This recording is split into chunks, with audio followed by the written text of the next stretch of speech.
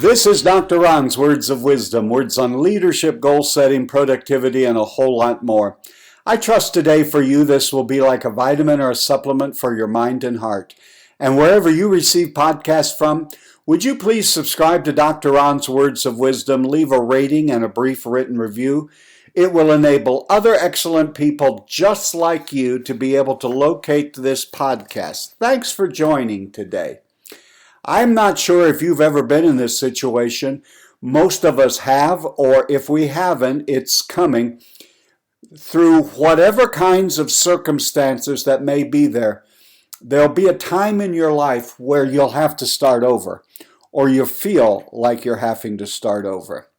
There'll be some times that things have happened, we haven't prepared ourselves, and we wonder if it's too late. For instance, we all should have started saving for retirement 25 years ago. But if you haven't done that, the second best time to begin to prepare for retirement is today. Do something today. Yes, the best time to have gotten in better physical shape should have been about 10, 15 years ago. But the second best day to start is today. So regardless of what's happened, what setbacks there have been, even if you feel that certain things just sort of blew up, we have to start over. So let's just talk about it for a moment, especially from the vantage point of being a leader. First thing you need to do is just identify your frustrations and name the failures. Now, again, a failure is an event, a happening. It's not a person. You and I have failed at something. Most of us have failed several times, many times. But you, my friend, are not a failure. Things may have gone badly. Things didn't work out. Things happened that you could never in your wildest imagination ever dreamed it would happen. Sometimes it's our fault. Let's just be honest and confess that. Other times it's through unforeseen circumstances or the choices of other people, and we are caught in the middle and have to live with all of that. The first thing I want you to know is you're not alone. Maybe a significant person to you has called the relationship quits and has walked out. Perhaps there's been a death or a physical problem in your own life. Perhaps you were working hard and you'd gotten great and rave reviews, but because of the economy and all the other things that are happening, you got a pink slip. All of us have been there. All of us have hurt and been hurt. So right now, as we're thinking about how am I going to start over, identify the frustrations. Just go ahead, sit down, whether you're going to think out loud, think quietly, write them down, record them via technology, makes no difference, whatever fits you. But don't just assume that you know what's frustrating you and how hurt you are by what has happened, but identify them. And as you identify them, see if there's a pattern. If there's some area in your life where you have been blindsided more than once, begin to explore it and think your way through it and ask what I can do to make sure this doesn't happen again. Go ahead and name the failures. The project that you were the lead on and you thought you had great data, great information, you thought you had an awesome team and you were going to bring it in early and you were going to bring it in under budget, and the whole thing just seemed to implode. Go ahead. Just name it. That project failed. Again, listen to my language. The project may have failed. The project may have failed to launch, but you, my friend, are not a failure. If you ignore and try to push aside your hurt feelings, your feelings of anxiety and frustration, they'll always rear their head, and unfortunately they have a tendency to rear their heads at inopportune times. There's no sense of playing games. You know, we have often said the worst person you can lie to is yourself. Just be honest. And if you had a part to play in that, there was something that you didn't see, I get all of that, but just own it. I think the other thing is to just accept that the next thing, that just accept your part in it. Rarely has a broken relationship ever been 100% one person's fault and zero the other. Because I used to perform wedding ceremonies and did premarital counseling and then do marriage counseling, I would often have one member of the couple say to me, "It's all her fault, it's all his fault." And I would ask, do you have any part in this? Do you own any of it? And try as hard as they may, they couldn't think of anything that they had to own. To which I would say to them, well, rarely have I ever seen, I'm not saying it's impossible or it doesn't happen, but rare is the time when any marital problem or problem in a relationship is 100% one person's fault and zero the other. And especially in the United States, it's never that way because we don't have arranged marriages here. And so I always tell the couple, the member of the couple, you have to own 20-25% because you chose her or you chose him. Just kind of deal with the frustration. Accept the fact that we all make mistakes, we all have weaknesses, and we all have blind spots. Maybe to someone else besides me, that particular time I failed, they may have been able to see the hole in my logic, the lack of data, of the important data that I should have had. They may have seen that they was headed for problems, but I didn't see it.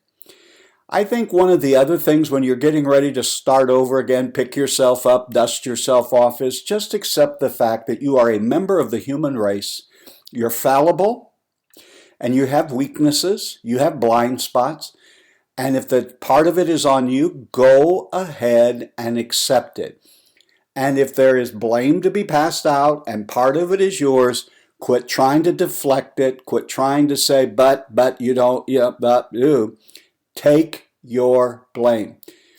What role did I play in all of this? Did I create an atmosphere or allow an atmosphere where this would happen?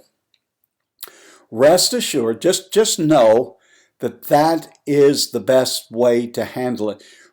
You don't lose credibility when you're honest and you own what you need to own. Now, you don't need to own what you don't need to own. None of us can own a pandemic.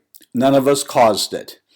You can't own that people in your company got sick or that the sales team lost some sales.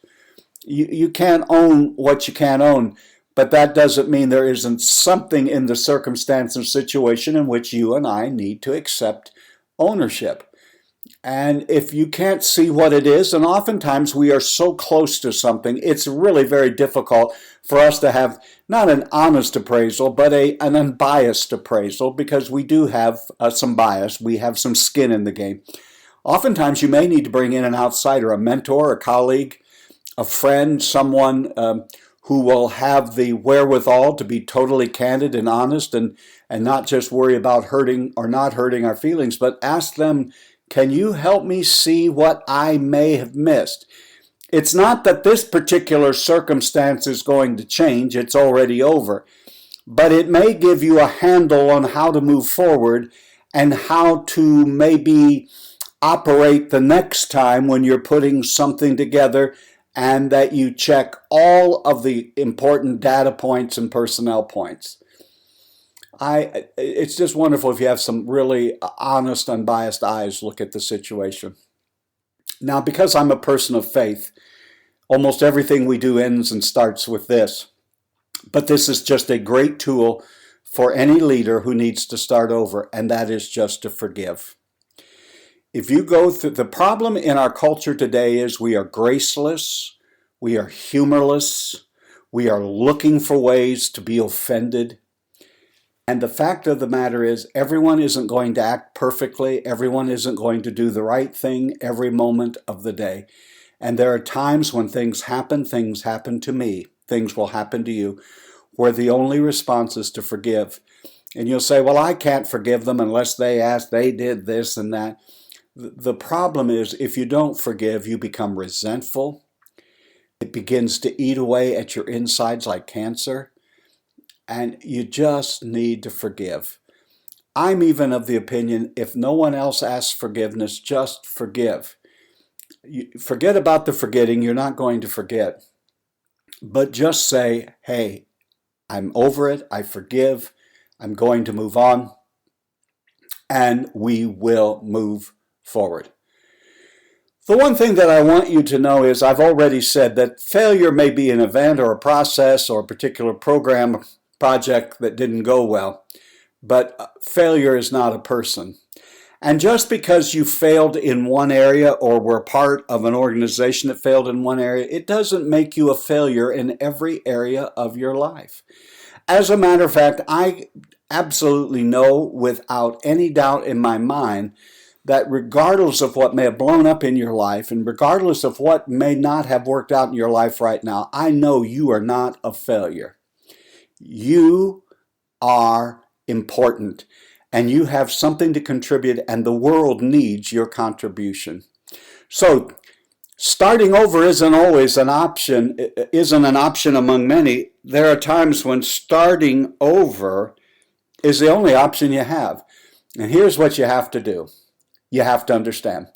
The past ended at midnight last night. Today is a new day. No matter how much you see now what you should have done or could have done to change the situation, the project from failing, you can't go back. There is no time machine in spite of the movies. There is no time machine. You have to leave the past in the past. Broken relationship, I know you're going to grieve. I know it's sad. Leave it in the past. I know you messed up. I know it didn't work out. I know you feel badly about it. Leave it in the past, at least for today. Today, start over and do what you need to do. What do you have to do starting over? Start with now, not with then. It happened. What are we going to do now? The operative word is now. Not what should we have done back then, but what are we going to do now? I think you need to really change your language probably a little bit and start using future and forward and present language. And just stop bringing up the past. Make sure that you understand when you're working on a project or you're working with a group of people, how are you all going to define success? Are we all defining it the same way? Because if we all have a different definition of what success is going to look at, there are people who feel like failures even though the majority of the team felt like they succeeded. So what does winning look like? One of my favorite ways when I'm in this situation is find some small wins. Even if it's just something small in my own life that I can start taking charge of. Start and begin with some small wins. They will give you the momentum to keep moving forward. And in reality, it's the only way that you can. Because what I have discovered in life is this: all big change began when someone took a small action. Taking a small action today can eventually lead to some big, big things. I think the other thing is you just have to make up your mind. What are some of the things that I really need to just quit? I can't go on doing. These are the things that really need to happen. I think this is a time, if you don't have a mentor or a coach, it'd be a good time to invest in the time into getting one and have them help you to practice some positive behaviors and some things that you need to say. And just ask, what would I do and what should we do at our next meeting? How do we move forward? Don't just think it out for yourself. Ask your colleagues. Ask the people at work who are vested in all of this. What do we need to change and what do we need to focus? I think at this point, make sure that you're focusing on actions and not feelings. I feel this, I feel that. What are the positive actions that we need to be attending to? And here's the good thing. Don't talk about what positive actions do we need to take for the next week, month, year, millennia. What is the positive steps we need to take today as we begin the process of starting over? Remember, you're going to be the key, and it's your attitude and how you respond to this failure, this setback, this grave disappointment is going to go a long way. I know that starting over again, starting fresh, and remembering that yesterday ended at midnight and all of the cliches I've thrown at you today is not going to eliminate all of your old frustrations and really some of the bitter disappointment that you're facing. I get that and I understand that. Just remember, don't make perfect the enemy of everything.